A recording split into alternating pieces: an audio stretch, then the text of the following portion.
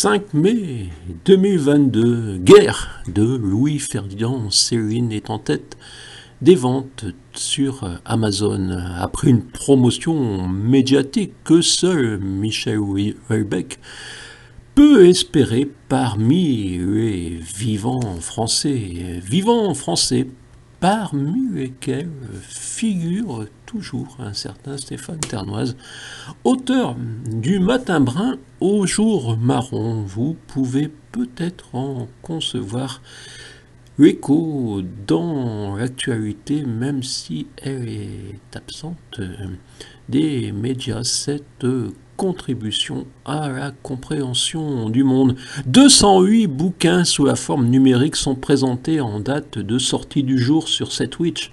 La librairie est aussi distributeur numérique français immatériel. Parmi les manuscrits donc de Louis-Ferdinand Céline, qui est présenté en 207e position, moi en 208e sur immatériel, peut-être simplement car hier soir je l'ai validé assez tard.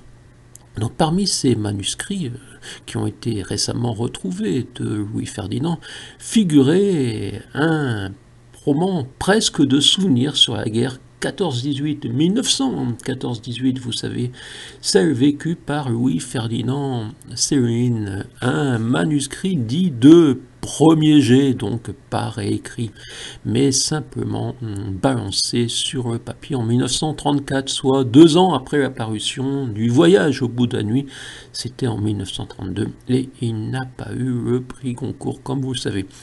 Le romancier exposait son traumatisme, oui, c'était une œuvre en partie autobiographique, physique et morale, d'un séjour au front dans ce qu'il a nommé l'abattoir international en folie.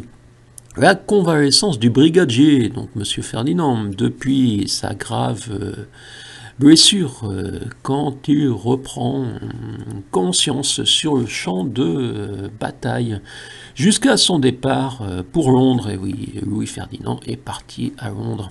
Mais ce n'était pas dans la Deuxième Guerre mondiale, c'était la première. Quant à Du Matin brun au jour marron, c'est 100 ans plus tard environ, c'est la France de 2002 à 2020, où finalement de nombreux mécanismes subsistent du monde décrit par Louis-Ferdinand. Je vous en cause dans d'autres vidéos, car Stéphane Ternoise, vous savez, c'est aussi Ternoise sur YouTube. Donc officiellement, je vais vous lire la 4e de couverture quand même pour cette petite vidéo, si vous patientez. Officiellement, en 2002, la France s'est redressée, soulevée, un vent de front populaire, non, de front républicain a soufflé. Un livre est sorti de l'indifférence, Matin brun, étendard du refus de l'extrême droite, 12 pages. 2 décennies plus tard, jamais un président n'est entré en fonction dans une telle impopularité. Le moi ou un extrême a certes encore fonctionné. Mais en 2002, le vainqueur culminait à 61,99% des inscrits. En 2022, il chutait à 38,52%. Il n'y a plus de majorité en France pour dire non aux extrêmes affichés.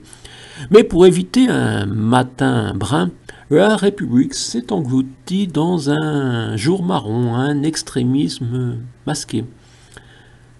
Deuxième petit encadré dans la 4e de couverture, le 24 avril 2022, il était peut-être encore temps pour un réveil citoyen, un blocage de l'engrenage dans les urnes législatives, mais aucune voix cohérente audible pour ce front humain.